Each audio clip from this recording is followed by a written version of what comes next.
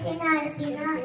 மாபெரும் சுதந்திர போராட்ட மற்றும் தேசிய பக்தர் ஆவார். இவரின் முழு பெயர் மோகன்தாஸ் கரம்சந்த் காந்தி.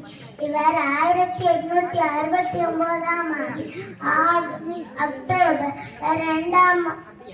2ஆம் நாள் இந்தியாவில் குஜராத் மாநிலத்தில் உள்ள போர்பந்தை என்ற இடத்தில் பிறந்தார். இவரது தந்தையின் பெயர் கரம்சந்த் காந்தி, தாயின் பெயர் புத்லிபாய்.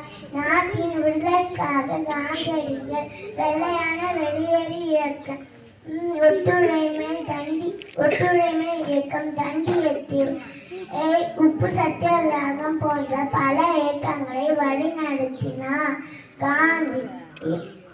காந்தி தலைமையான விடுதலை போராட்டத்தில் இந்திய 1947 ஆகஸ்ட் 15